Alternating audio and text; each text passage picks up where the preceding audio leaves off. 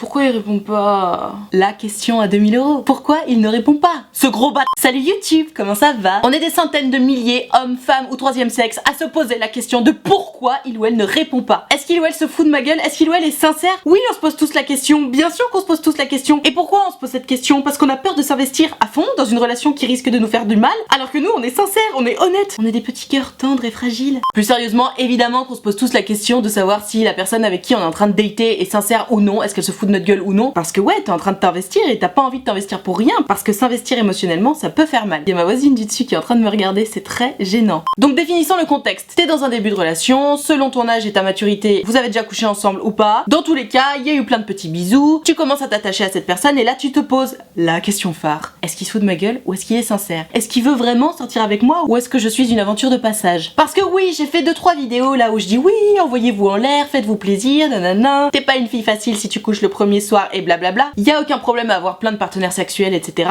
Bien sûr, et je maintiens ce propos. Toujours est-il que, si toi, ton but c'est d'avoir une relation stable, notamment avec la personne que tu es en train de dater, bon, on va faire en sorte que ça se stabilise tout ça, n'est-ce pas?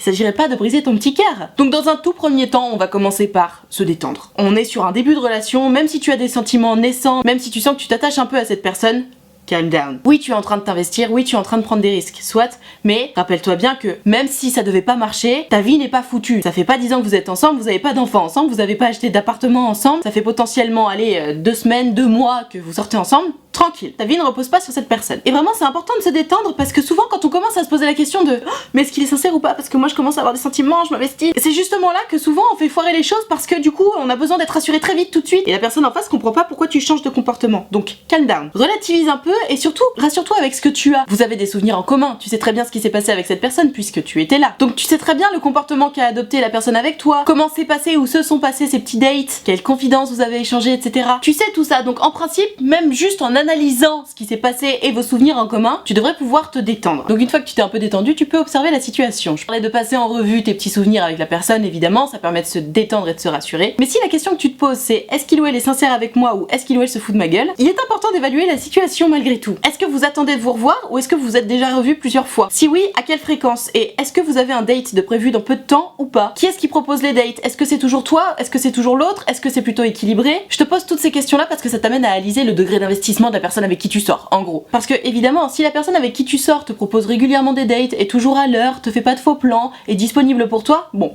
y a pas vraiment de quoi s'inquiéter, hein, c'est que ça va. Malheureusement, il arrive quand même des moments où, en observant la situation, on comprend 2-3 petites choses. Si ton date te propose jamais que vous vous voyez, c'est un peu bizarre. Tu sais, c'est cette situation à la con où t'es là, t'attends.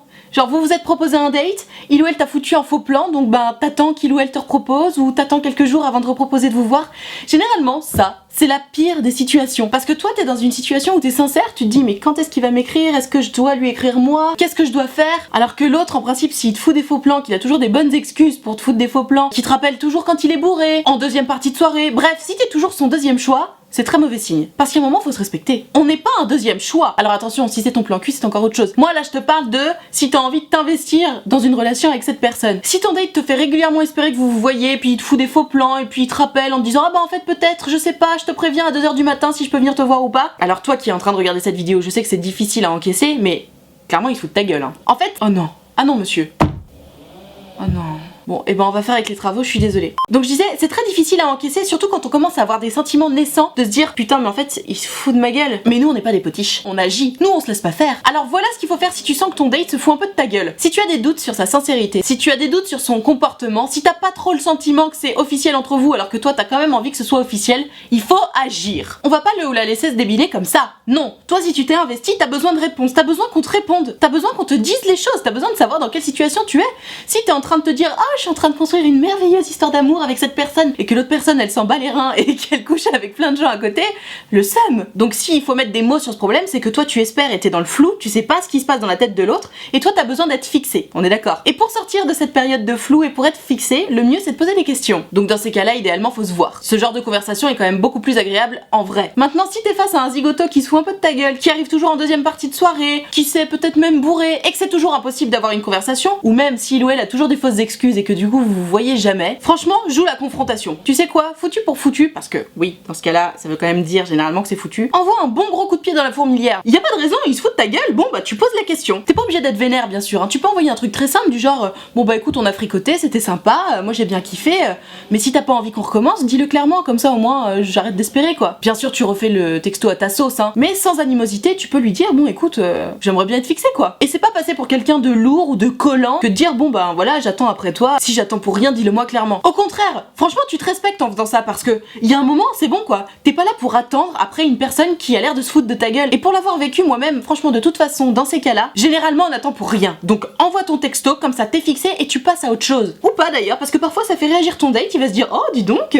elle a du caractère celle-là, ou alors il a du caractère, celui-là j'aime bien, bon bah je vais le revoir. Parfois ça fonctionne. Quelle que soit l'issue de cette conversation, de cette mise au point entre guillemets, fais-toi une raison. Si ça a fonctionné, tant mieux, mais méfie-toi quand même, parce que des gens qui changent de comportement comme ça, bon, on sait pas trop si on est sur de la stabilité. Et si jamais tu te prends une veste, ce qui franchement était attendu hein, vu la situation, dis-toi que t'es sauvé. Franchement t'as pas envie de sortir avec une personne qui te fait espérer comme ça pour rien pendant des semaines, sans même oser te dire que bon bah en fait non il ou elle est pas intéressé.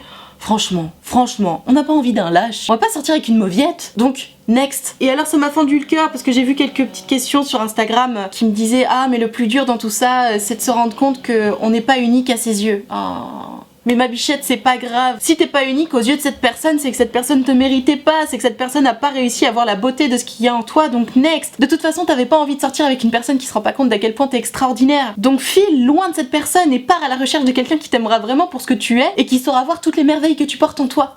Voilà, c'est à peu près tout ce que j'avais à dire sur comment savoir si il ou elle est sincère ou comment savoir si il ou elle se fout de ta gueule. En résumé, la clé, c'est de se détendre et de poser la question. C'est le moins prise de tête. Et vraiment très souvent, revient le problème de « Ah mais non, je peux pas faire ça » ou alors « Ah mais non, mais qu'est-ce qu'il va penser ?» Dis-toi bien que, en vérité, si tu n'oses pas poser la question, c'est parce que t'as peur de la réponse. Et quand on a peur de la réponse, généralement, on la connaît déjà. Vous m'avez posé beaucoup de questions sur Instagram à ce sujet, donc on va voir ça tout de suite. Comment savoir si c'est de la timidité ou juste du foutage de gueule? Alors Alizé, si tu as l'impression que la personne avec qui tu sors est un peu timide, je pense que vraiment le mieux, c'est de lui demander. En plus, quelqu'un de timide, c'est pas difficile d'aller vers lui ou vers elle et de mettre cette personne à l'aise et de lui poser les questions justes et simples. Pose la question, c'est le meilleur moyen de savoir. Que faire quand il nous dit qu'il ne nous mentira plus jamais mais que les doutes persistent? Marie, quelqu'un qui t'a menti une fois risque de te mentir une autre fois, voire beaucoup d'autres fois. De la même façon qu'un garçon ou une fille qui t'a trompé risque de te retromper derrière. On ne change pas un homme, on ne change pas une femme. Ça dépend bien évidemment de ce sur quoi il ou elle t'a menti. Si cette personne t'a menti et que t'as encore des doutes, écoute ta petite voix intérieure qui te guide. Une relation c'est basé sur la confiance. Si tu n'as plus confiance avec la personne en qui tu sors, barre-toi. Il m'a quitté en me disant qu'il m'aimait encore et que j'étais superbe. Foutage de gueule? Bah écoute Caroline, s'il t'a quitté alors qu'il t'aime encore et que t'es superbe, effectivement il y a peut-être un problème. À moins que tu lui mènes une vie insupportable et que malgré tout l'amour qu'il te porte, il a eu besoin de partir. Ça sonne un peu comme du foutage de gueule, ouais. Maintenant je peux pas te dire parce que il me manque trop d'éléments sur cette histoire-là. Mais franchement, s'il y a aucune autre raison que je me barre mais je t'aime encore, c'est un énorme foutage de gueule. Il te garde juste sous l'aile pour pouvoir aller voir ce qui se passe ailleurs, donc next. Quelqu'un qui dit nous aimer par-dessus tout mais qui ne peut s'empêcher de tromper, c'est quoi? Si cette personne te dit qu'il ou elle t'aime plus que tout, c'est sans doute vrai. Maintenant s'il ou elle te trompe, c'est un problème. À toi de voir si tu acceptes ça. Est-ce que tu acceptes qu'on te trompe ou est-ce que tu n'acceptes pas? Est-ce que tu veux être dans une relation libre ou pas? La majeure partie de la population n'accepte pas ça. La question que tu dois te poser c'est est-ce que toi tu acceptes ça ou pas? Si tu me poses la question, j'imagine que la réponse est non. Si ton mec peut pas s'empêcher de te tromper, barre-toi. Tu vas pas être malheureuse toute ta vie parce que tu sors avec un mec qui peut pas s'empêcher de te tromper. T'as le droit au respect. Next. J'ai l'impression que pour certains cas, il est impossible de savoir si la personne est sincère ou si elle se fout de ta gueule. Alors je vais te dire une bonne chose qu'il faut bien retenir. Si ça a l'air impossible de savoir si la personne est sincère avec toi ou si elle se fout de ta gueule, c'est qu'elle se fout de ta gueule. Quelqu'un de sincère est honnête avec ses sentiments. Quelqu'un de sincère n'a pas peur de dire qu'il ou elle est sincère et qu'il ou elle est investi dans la relation. Si c'est impossible à savoir, c'est un énorme foutage de gueule. Donc on se casse. De toute façon, à partir du moment où il y a une ambiguïté, à partir du moment où il y a un doute, c'est qu'il y a plus de doute. Si tu poses des questions et que la personne te répond non mais je sais pas, je suis un peu perdue, on se casse en fait. Parce que quelqu'un qui sait ce qu'il veut, si c'est toi qu'il ou elle veut, il va te le dire et il ou elle va se battre pour rester avec toi. Quelqu'un qui te dit non mais je sais pas trop, enfin tu vois on est bien ensemble mais je sais pas trop, à moins que ça te convienne bien sûr, casse-toi, barre-toi, tu n'as pas besoin de gens instables qui ne savent pas ce qu'ils veulent si toi tu sais ce que tu veux et que ce que tu veux c'est cette personne-là. Respecte-toi. C'est pas parce que t'es en kiff sur cette personne-là que cette personne-là a le droit de te manquer de respect. Et soyons bien clairs, si tu expliques à cette personne-là que toi tu es attaché à elle, que tu veux sortir avec elle, que tu veux baser quelque chose de stable avec elle et qu'elle te répond non mais moi je sais pas, c'est un manque de respect. On ne joue pas avec les sentiments des gens. Si tu fais n'importe quoi avec une personne qui est sincère en face de toi, y a pas d'autre définition. T'es juste un gros con ou une grosse conne. Il me zappe et son alibi c'est les études. Sincère ou non? Léa, quelqu'un qui va se lancer dans des grandes études ou dans des examens importants va avoir évidemment besoin de beaucoup de temps. Maintenant, si cette personne était vraiment super love de toi, il est toujours possible de faire des compromis pour vivre ses études et son couple. Alors parfois le couple explose en vol parce que c'est trop difficile, parce qu'il n'y a pas assez de temps, etc. J'aurais tendance à penser que ça veut dire que t'es pas si importante que ça pour lui. S'il dit bon bah écoute je veux faire des études donc salut. Maintenant je le connais pas ce garçon, peut-être que c'était très sincère, peut-être qu'on lui a mis ces idées là dans la tête, je sais pas, mais comme ça vu de loin sans plus d'éléments sur l'histoire, je dirais que oui, c'est un peu du foutage de gueule.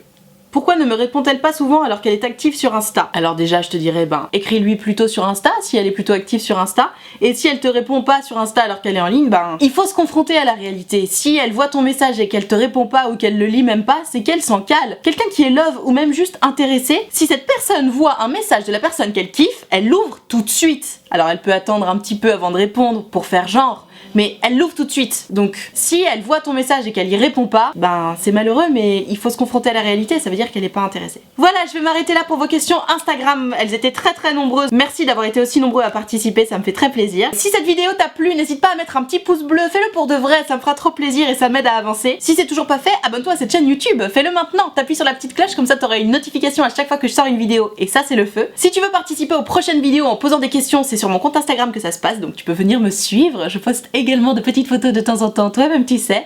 Et moi en attendant les prochaines vidéos, je te fais des très gros bisous. Ciao.